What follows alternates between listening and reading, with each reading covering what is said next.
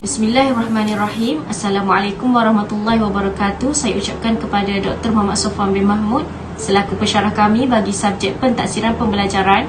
Kami dari kumpulan 9 IPGKB Set 3 akan membentangkan tugasan kumpulan kami yang berkaitan dengan kritikan jurnal.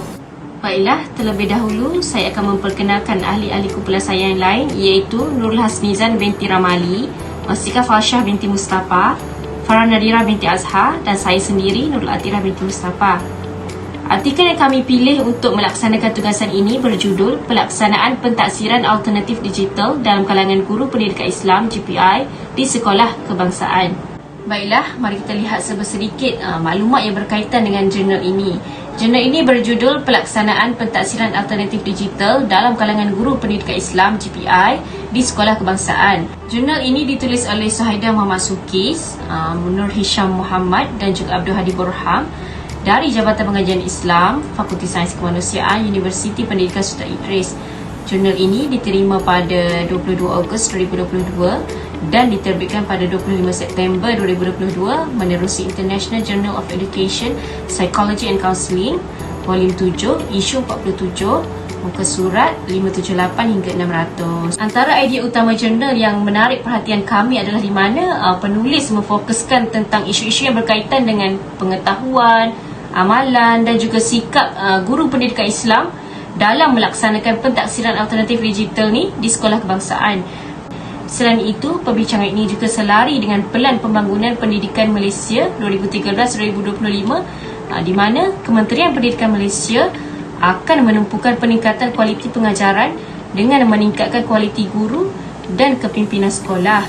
Bukan itu sahaja, Pendidikan 4.0 pula menuntut guru-guru yang berpengetahuan, mempunyai sikap dan amalan yang positif terhadap sebarang bentuk transformasi pendidikan, termasuklah pentaksiran alternatif digital bagi menjamin keberkesanan pentaksiran alternatif digital tersebut. Seterusnya, pembentangan ini akan diteruskan dengan rakan-rakan saya yang lain. Sekian, terima kasih. Assalamualaikum warahmatullahi wabarakatuh. Saya Masika Falsyah binti Mustafa. Saya akan menjawab persoalan yang kedua. Terdapat beberapa idea baharu dalam artikel ini yang boleh digunakan bagi menjadikan pelaksanaan pentaksiran alternatif digital. Idea baharu yang penulis kemukakan adalah dengan mencadangkan untuk penambahbaikan melalui pemberian bimbingan, bengkel, latihan khusus dan sokongan kepada guru. Hal ini kerana kekangan pelaksanaan pentaksiran alternatif digital berlaku disebabkan oleh kurangnya pengetahuan guru dalam amalan pelaksanaan pentaksiran itu sendiri. Justru itu, penulis menegaskan bahawa latihan baharu yang bercorak amali perlu diberikan kepada guru dalam usaha meningkatkan tahap kemahiran guru sebagai persediaan bagi menghadapi pendidikan yang lebih mencabar pada masa akan datang. Selain itu, penulis juga ada menyatakan bahawa pemantauan pentadbir sekolah secara konsisten dan sistematik mampu menjadi pemangkin kepada keberkesanan pentaksiran alternatif digital. Pemantauan secara bersemuka terhadap guru dalam melaksanakan pentaksiran alternatif digital sangat relevan kerana pemantauan dalam bentuk laporan bertulis mungkin boleh direka dan bukan dalam keadaan sebenar. Hal ini kerana dengan adanya pemantauan dan pengawasan oleh pihak pentadbir sekolah akan menjadikan faktor penggerak untuk guru-guru melakukan pentaksiran secara telus dan berterusan. Seterusnya, penulis juga ada mengusulkan permasalahan berkaitan beban kerja guru dan mencadangkan supaya beban kerja guru dikurangkan untuk menjadikan pelaksanaan pentaksiran digital lebih berkesan. Dengan adanya sokongan dan bantuan daripada pentadbir dapat mengelakkan guru daripada menghadapi tekanan ketika melaksanakan pentaksiran alternatif digital. Manakala informasi-informasi yang penulis ketengahkan dan boleh dipraktikkan oleh guru dalam menjayakan pelaksanaan pentaksiran alternatif digital pula dengan mengubah cara berfikir. Dalam hal ini, penulis memberitahu agar guru yang berada dalam pendidikan mengubah cara berfikir sama ada dari aspek pentaksiran maupun konsep pendidikan sesuai dengan tuntutan zaman.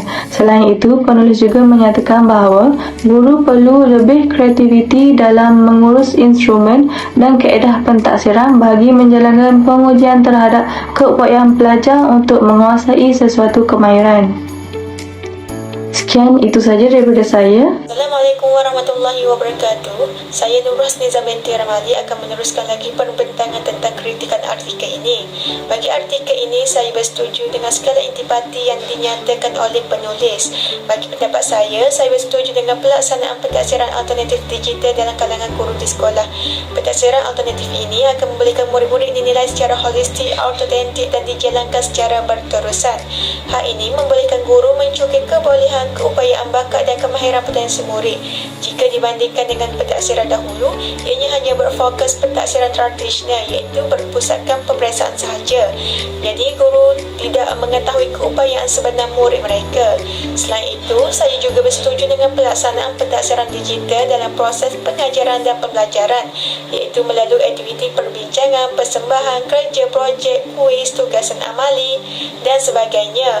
Hal ini kerana ianya selaras dengan kaedah pembelajaran abad ke-21 yang berteraskan elemen kolaborasi, kreativiti, komunikasi, pemikiran kritikal dan nilai.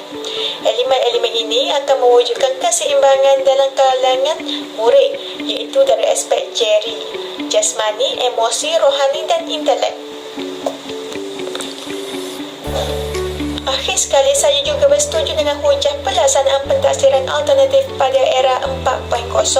Hal ini kerana pada era ini, pentaksiran digital telah menggunakan pelbagai aplikasi digital yang berbantukan alat teknologi sebagai contoh Quizy, Kahoot, Quizlet, Canva, Padlet dan sebagainya.